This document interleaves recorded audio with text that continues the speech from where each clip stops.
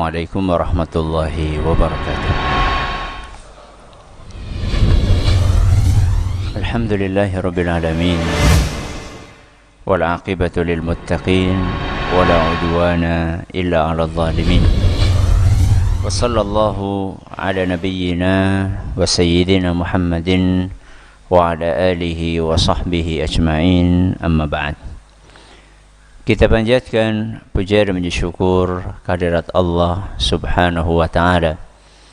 Pada kesempatan malam yang berbahagia kali ini, kita masih kembali diberi kekuatan, kesehatan, hidayah serta taufik dari Allah Jalla wa Ala, sehingga kita bisa kembali menghadiri pengajian rutin Asmaul Husna di Masjid Manarul Ilmi di Komplek Pondok Pesantren Tunas Ilmu di Desa Kedung Wuluh, Purbalingga ini.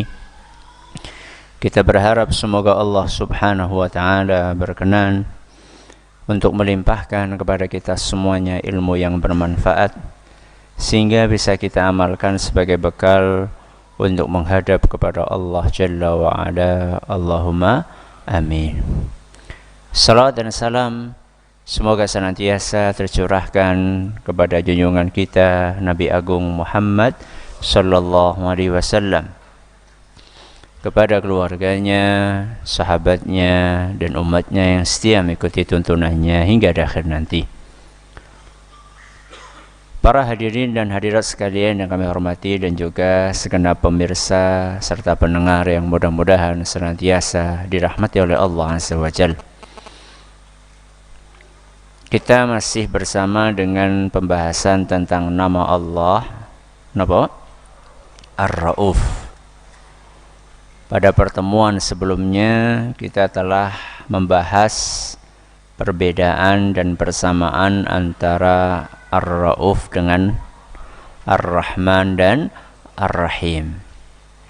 Sebagaimana yang telah kita janjikan, pada kesempatan hari ini dan juga pertemuan berikutnya, kita akan membahas tentang kasih sayang Allah yang terkandung dalam namanya Ar-Rauf, atau merasakan kasih sayangnya Ar-Rauf.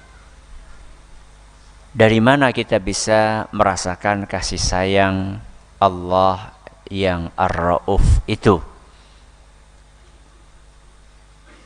Pernah beberapa kali kami sampaikan bahwa para ulama kita menjelaskan, kalau kita ingin memahami lebih dalam kandungan Asmaul Husna, maka cobalah mencari ayat-ayat yang di dalamnya terdapat Asmaul Husna tersebut. Kalau kita ingin berusaha memahami kandungan Asmaul Husna, maka lihatlah, kajilah ayat-ayat yang di dalamnya ada Asmaul Husna tadi. Dan biasanya ayat-ayat Al-Quran itu sering ditutup dengan satu atau dua atau bahkan lebih dari Asmaul Husna. Nah, kali ini kita akan berusaha untuk menggali ayat-ayat yang ditutup dengan nama Allah Ar-Rauf, ayat-ayat yang diakhiri dengan nama Allah Ar-Rauf. Karena biasanya sebuah ayat ketika diakhiri dengan salah satu atau salah dua Asmaul Husna, itu biasanya antara kandungan ayat itu dengan Asmaul Husnanya itu memiliki korelasi, ada hubungannya. Mari kita lihat apa saja kasih sayang Allah yang terkandung dalam namanya Ar-Rauf. Iqra. Bismillahirrahmanirrahim. Qala al-mu'allif asy-syaikh Abdul Aziz bin Nasir Al-Julayy hafizahullah ta'ala, ذكر شيء من آثار رأفته سبحانه بعباده أولا أنه لا يبطل عمل عباده. Yang pertama, bagaimana kita bisa merasakan kasih sayang Ar-Rauf? Yang pertama, bahwa Allah tidak menyia-nyiakan iman kita. Kenapa? Allah tidak akan menyia-nyiakan iman kita. Kalau kita sudah beriman, kalau kita sudah beramal, kalau kita sudah menjalankan ibadah, maka pengorbanan kita, perjuangan kita, jerih payah kita, usaha yang sudah kita kerahkan untuk menjalankan ketaatan itu tidak akan disia-siakan oleh siapa? Allah. Hal itu termaktub di dalam surat Al-Baqarah. Surat apa? Al-Baqarah. Dalam surat Al-Baqarah ayat 143. Surat apa? Al-Baqarah ayat 143. Di mana Allah Azza wa Jalla berfirman, "Wa ma kana Allahu liyudhi'a imanakum." Allah itu tidak mungkin menyia-nyiakan keimanan kalian. Kenapa? Allah tidak mungkin menyia-nyiakan keimanan kalian. Innallaha bin nasi la raufur rahim. Innallaha bin nasi, sesungguhnya Allah subhanahu wa ta'ala kepada para manusia raufur rahim. Lihat bagaimana Allah menutup ayat ini dengan namanya napa? Ar-Rauf. Dan yang kedua napa? Ar-Rahim.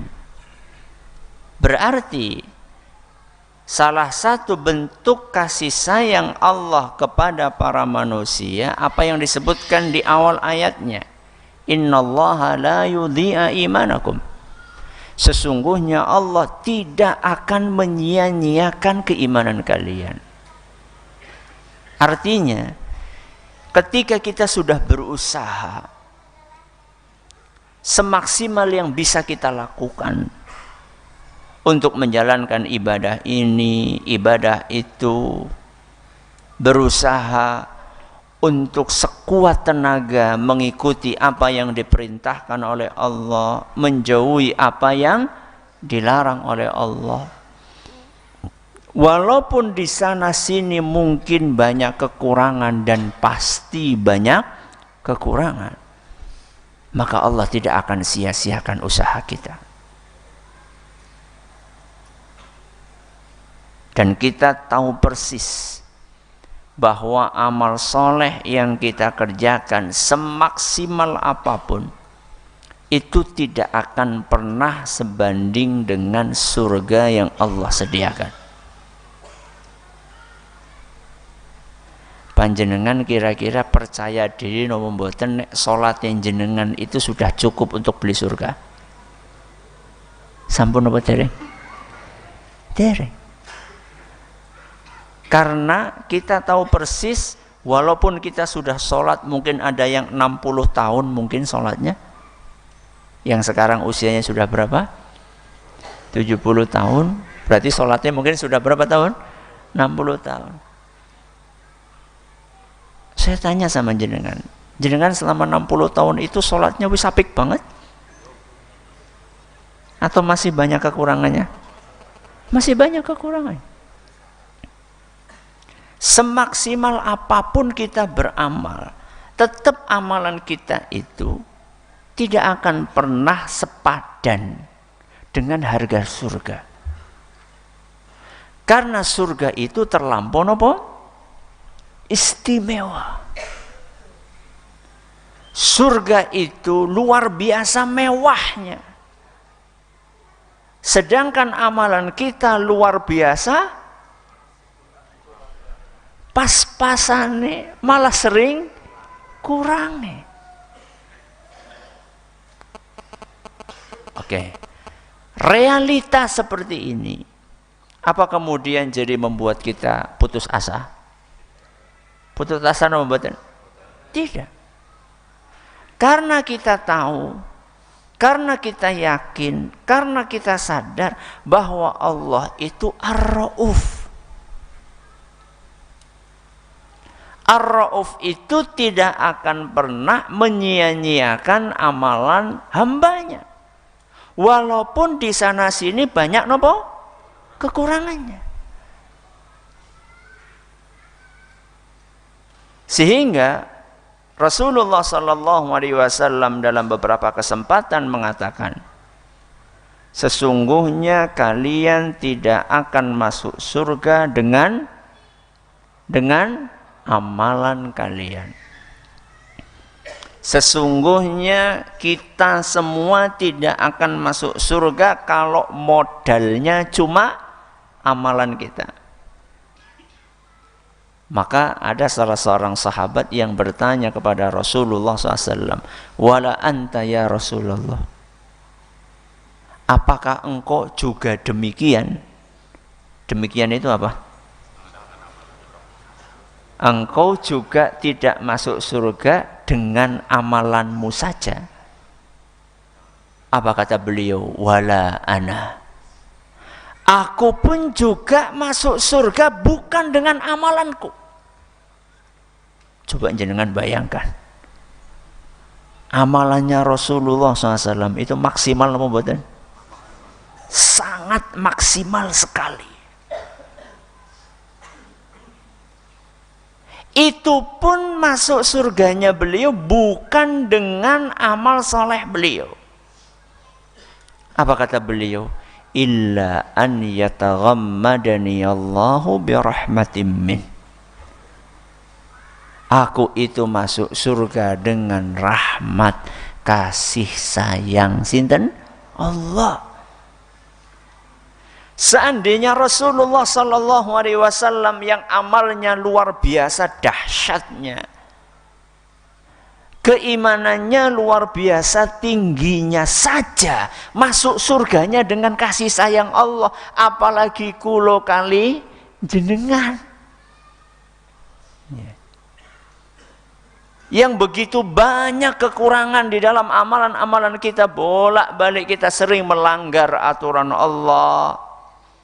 Bolak-balik kita melakukan maksiat yang sama terulang, taubat, ulang lagi, taubat, ngulang lagi maksiat. Tapi cukup Allah Subhanahu wa taala sebagai Ar-Rauf yang tidak akan menyia-nyiakan amalan hambanya. Tengpun di dunia apa di akhirat? Di dunia atau di akhirat? Di dunia dan di akhirat. Kadang-kadang tuntutan keimanan kita, keimanan itu kadang-kadang menuntut kita untuk meninggalkan sebuah peluang bisnis yang menggiurkan, yang menjanjikan keuntungan besar. Kadang-kadang keimanan kita menuntut kita untuk meninggalkan. Kenapa? Karena kita tahu bisnis itu napa? Mengandung unsur-unsur yang diharamkan oleh Allah Subhanahu wa taala. Padahal luar biasa menggiurkannya. Orang yang menawarkan kepada kita itu promone Masya Allah. Oke mas, jenengan ki sebulan langsung jadi miliarder. Waduh jangan. Miliarder 7 tahun langsung apa? Miliarder. Sudah terbukti si A, si B, si C, si D. Kemudian kita pelajari, loh ki dodolannya apa ki? Lah ya kayak gue lah. Loh mbok anu haram gue lah, nek bisnisnya aja ngomong apa? Halal haram. Lagi orang maju-maju bisnisnya. Loh tapi kan lawan ukur sedikit iki kok tulis bisa tobat. Nek untung akeh kan jenengan bisa haji. Nek haji engko kan dosane apa? Hilang kabeh. Iya. Akan dihapus semua sama Allah. Iya, ora. Maju, mundur. Ya. Ragu. Akhirnya ingat pengajian. Ya. Oh iya ya. Yang abu-abu saja suruh ditinggalkan, apalagi yang jelas-jelas hitam. Ya. Ada putih, ada hitam, ada apa? Abu-abu.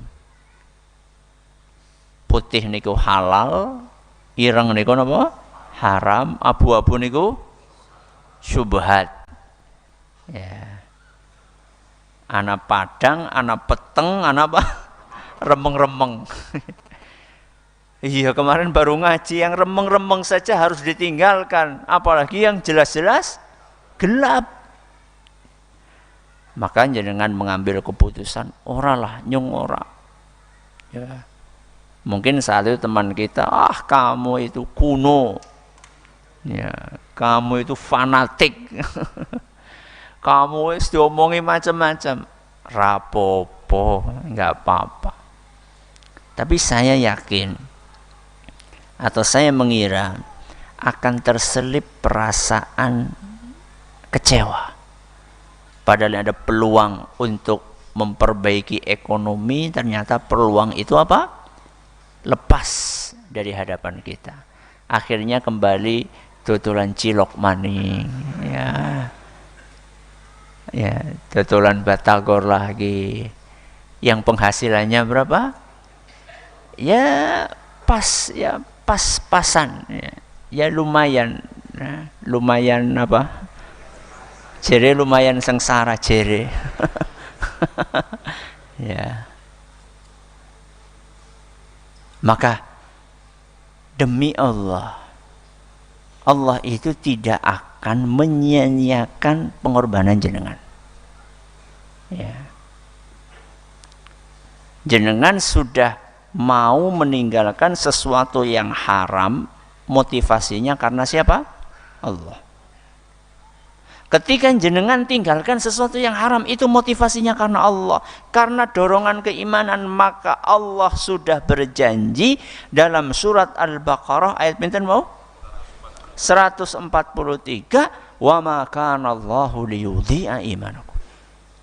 Allah tidak akan menyia-nyiakan keimanan kalian. Pasti akan diganti oleh Allah di dunia sebelum di akhirat. Maksudnya apa Ustaz? Maksudnya apa? Diganti bukan miliarder tapi triliuner gitu? Belum tentu ganti Allah di dunia itu dalam bentuk materi. Bisa saja Allah Subhanahu wa ta'ala mengganti untuk Anda dalam bentuk yang sifatnya non materi. Apa contohnya? Kesehatan. Apalagi? Kebahagiaan, ketenangan, pasangan yang tidak neko-neko, bocah sing manut. Ya. Jenengan suruh milih penghasilan 1M tapi bocah yang bejut kabeh. Apa penghasilannya pas-pasan tapi bocahnya manut? Milih sing ndi? Sing akeh manut iku. Gue nek halal. Kalau itu halal iya. Tapi kalau misalnya tidak halal ya jelas kita lebih memilih yang biasa-biasa saja, akan tetapi anak-anak nurut kepada kita. Ya. Seperti halnya ketika jenengan akan menikah, di hadapan jenengan ada dua pilihan. Si A sama si B. Si A ayune pol. Ya. Sugih pol, wis ayu sugih, tapi ra salat. Ora salat. Dan dia mau sama jenengan, mau sama jenengan. Ya. Bukan nggak mau, mau. Ya. Gelem sama jenengan. Sedangkan si B biasa saja. Ya, elek ya ora. Ya. Ya 7,5 lah. Ya. Sing mau pira? Sanga. Kan ya lumayan beda skornya itu kan lumayan. Terus dia juga dari ekonomi yang biasa-biasa saja, tapi masya Allah, ya soleha, rajin ngaji, rajin sholat, penyabar. Itu kan dilematis, nggih. Dihadapkan dengan buah si malakama. Ya. Duh, kepriwe ya kayaknya ayu banget, tapi rah sholat. Setan nanti akan membisikkan, loh, kowe kan bisa dibimbing kok. Kan kayak gitu kan setan kan godanya kan. Ya. Padahal Nabi SAW pesan apa? Fadfar bidzatid din taribat yadak. Prioritaskan yang agamanya baik, yang solehah, niscaya kalian akan beruntung. Itu pesan dari siapa? Rasul SAW. Akhirnya jenengan mantapkan untuk nikah dengan si B. Demi Allah, Allah tidak akan menyia-nyiakan pengorbanan jenengan. Lebih memilih si B walaupun tidak terlalu cantik, walaupun tidak terlalu kaya. Allah akan berikan kebahagiaan kepada rumah tangga jenengan yang tidak akan Allah berikan ketika jenengan nikah sama si A. Ya. Kenapa? Karena jenengan mau mengorbankan perasaan jenengan, perasaan cinta jenengan, perasaan suka jenengan. Manusia pun membuatkan suka sama sing ayu, manusiawi, manusiawi sekali. Tapi kan manusiawi belum tentu islami. Ya. Sesuatu yang manusiawi belum tentu islami. Ketika jenengan tinggalkan sesuatu yang sebenarnya ingin jenengan lakukan, dorongan nafsu jenengan mendorong untuk nikah dengan si A karena kecantikan, karena kekayaannya, tapi Anda mengalahkan nafsu tersebut dengan tetap memilih si B karena si B ini keimanannya baik, kesolehahannya juga Masya Allah sudah teruji dan recommended. Ya. Ustaznya sudah, ya kamu ke sana, enggak apa-apa. Ya. Sudah direkomendasikan sama ustaznya. Dan habis ini nggak usah minta rekomendasi sama saya. Itu cuma ilustrasi aja. Ya. Saya nggak terlalu memiliki animo yang tinggi untuk nyarikan jodoh terus terang. Ya, karena berat apa nih? Berat tanggung jawabnya. Konek anak apa-apa orang cocok nyong sing digoleti. Halah. Golek dewek kan lah. Ya. Survei sendiri sana, ya. Ini adalah yang pertama. Apa yang pertama? Allah tidak akan menyia-nyiakan iman kita. Baik, yang kedua. ثانيا أخبر عباده بما سيلاقونه يوم القيامة حيث تجد كل نفس ما عملت من خير محضرا حتى يستعد الناس لذلك اليوم. Yang kedua, Allah telah memberikan peringatan kepada kita. Yang kedua, Allah telah memberikan peringatan kepada kita. Kita bacakan dulu yang ditulis oleh penulis kitab ini.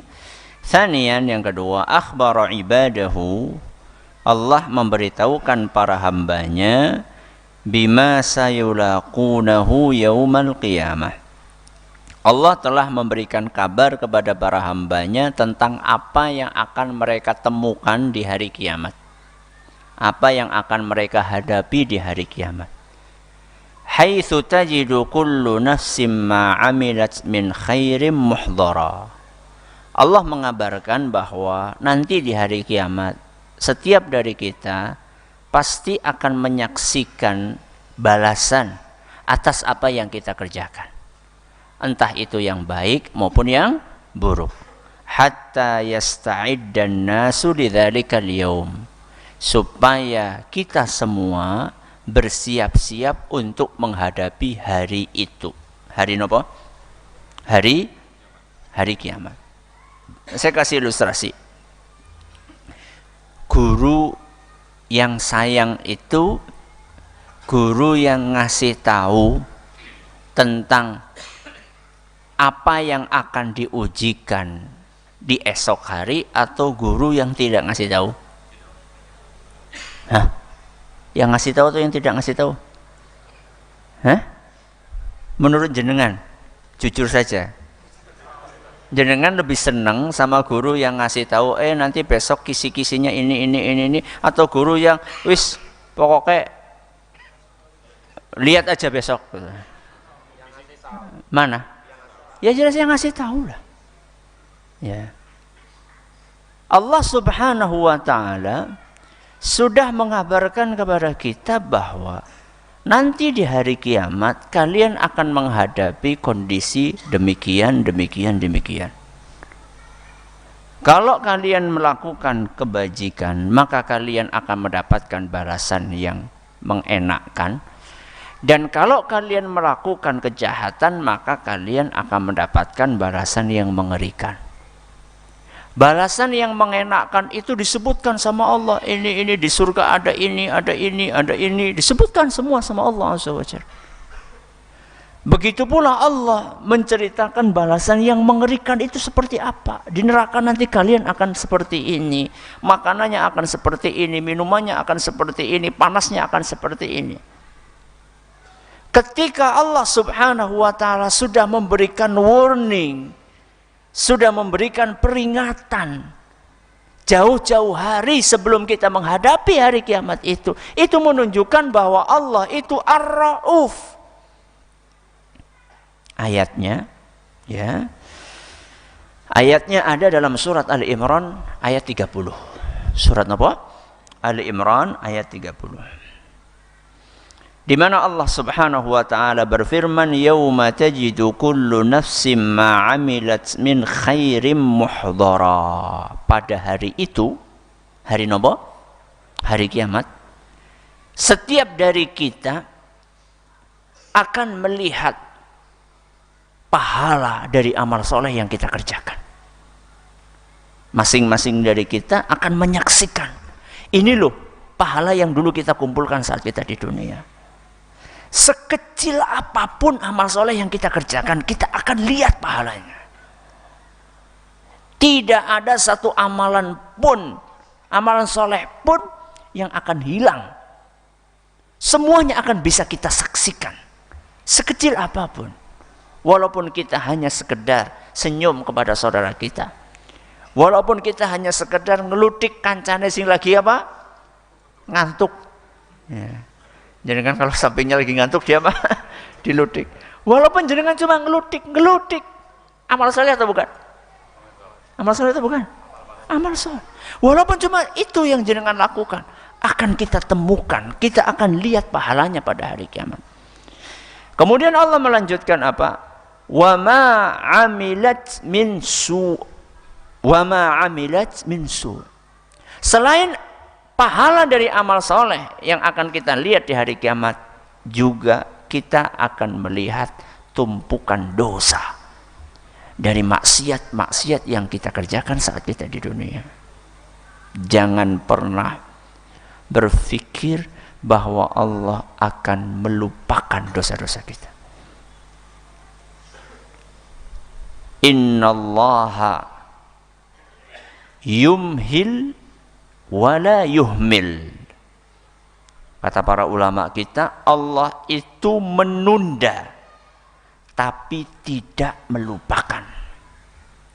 Jadi kalau misalnya kita banyak maksiat, kok kita kayak nggak pernah diuji sakit, kok rizkinya lancar saja. Kita maksiat mana katanya kalau riba hartanya akan apa? akan musnah. Mana buktinya? Saya tiap hari makan riba biasa-biasa saja. Oh iya. Allah sedang menunda, tapi tidak lupa. Ya. Nanti jenengan kita akan terbelalak. Bagaimana dosa-dosa tersebut menumpuk di hadapan kita, menggunung di hadapan kita. Ini Allah cerita dalam surat Nabawi Ali Imran ayat 30. Tawaddu law anna bainaha wa bainahu amadan ba'ida. Orang-orang kafir mereka berharap bahwa hari kiamat itu masih lama. Ini Allah lagi cerita kejadian nanti di hari kiamat. Orang-orang kafir begitu melihat tumpukan dosanya, dia berpikir, kenapa sih orang esuk bae, orang ngemben bae, golek kiamat, kenapa sih cepet-cepet? Ya. Kemudian apa kata Allah? Wa yuhadzirukumullahu nafsah.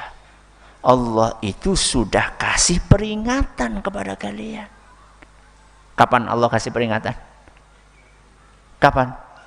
Jauh-jauh hari sebelum datangnya hari kiamat. Ya.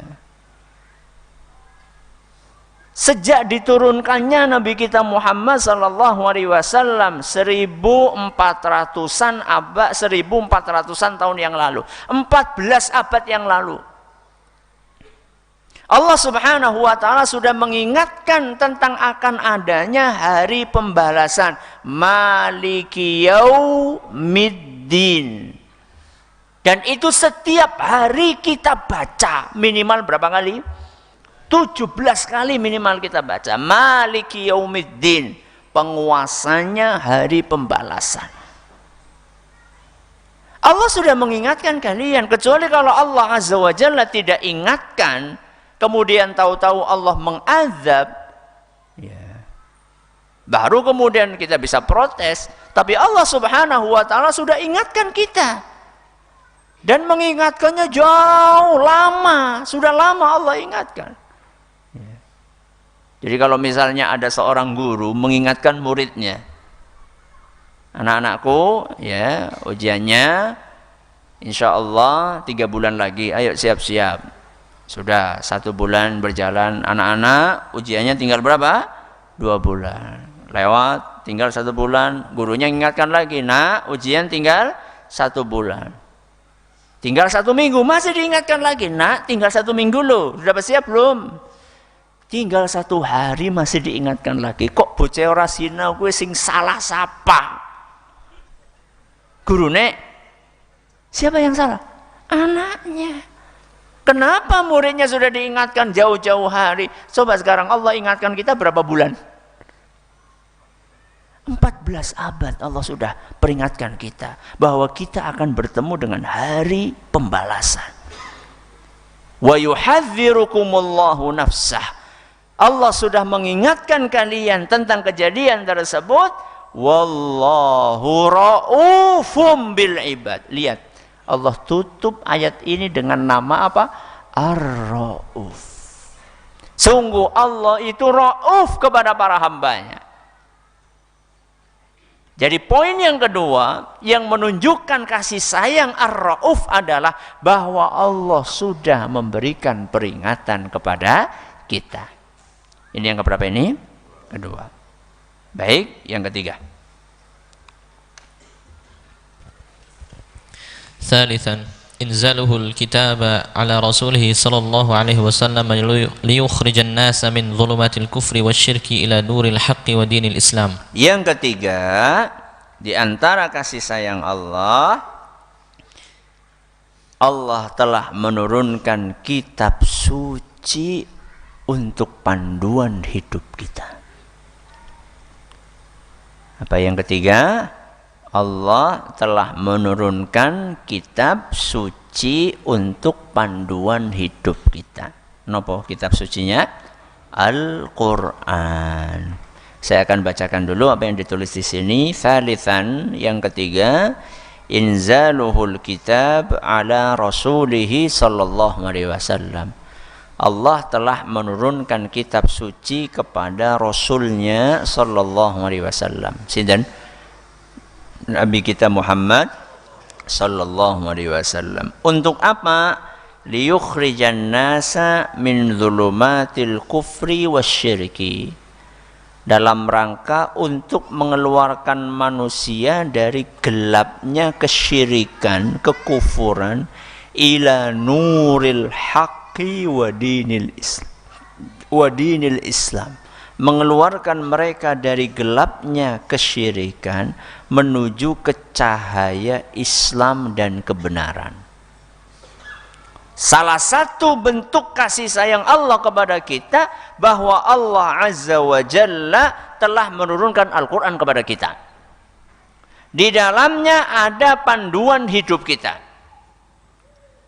Allah sampaikan itu dalam surat Al-Hadid. Surat apa?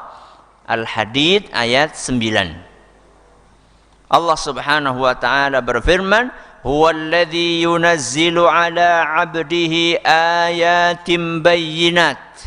Dialah Allah yang menurunkan kepada hambanya. Sinten hambanya? Nabi kita Muhammad sallallahu alaihi wasallam. Dialah Allah yang menurunkan kepada hambanya ayatin bayyinat, ayat-ayat yang jelas. Maksudnya apa? Al-Quran. Untuk apa Allah turunkan itu? Liyukhrijakum minadh-dhulumati ilan nur. Allah ingin mengeluarkan kalian dari kegelapan menuju cahaya. Wa innallaha bikum, sesungguhnya Allah itu la raufur rahim. Lihat Allah tutup dengan apa? Rauf.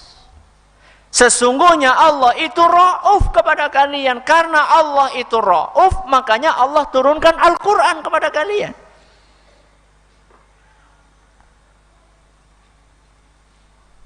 Ibarat ada rambu-rambu. Kalau kita dalam perjalanan enak mana? Ada rambu-rambunya atau tidak ada? Ada. Ya. Sekian kilometer lagi belok kanan. Nanti habis itu belok apa? Kiri. Ya. Kalau sudah dikasih rambu-rambu, belok kanan, kok ngotot belok apa? Kiri. Ku sing salah siapa? Ya pakai dewek. Sudah jelas-jelas mau ke mengana mengendike? Karangsari ya? Karangsari. Wis genah-genah rambu-rambu nek arep mang Karangsari ngendi? Kanan, ngidul. Ngotot mengendi? Ngalor. Ya gutule pada marah. Salah siapa gue? Oh, sudah dikasih rambu-rambu. Allah sudah kasih rambu-rambu dalam Al-Quran. Kalau kalian ingin bahagia, kalau kita ingin bahagia, ikuti rambu-rambu tersebut. Tapi kita milih untuk melanggar rambu-rambu tersebut. Salah siapa? Salah dia. Ya. Allah sudah ajarkan kepada kita supaya rajin-rajin baca Al-Quran, supaya hati kita nopo tenang. Kok tetap baik beboh maca Quran? Salah siapa? Salah dewe. Ya.